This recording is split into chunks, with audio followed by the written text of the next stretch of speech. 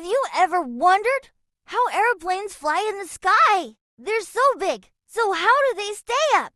Well, it's all about the wings. As the plane moves forward, air rushes over and under the wings. The air pushes the plane up. That's called lift. And the engines? They push the plane forward super fast. Fast plus lift equals flying in the sky. Soon the plane zooms above the clouds, like a giant bird. Isn't that amazing?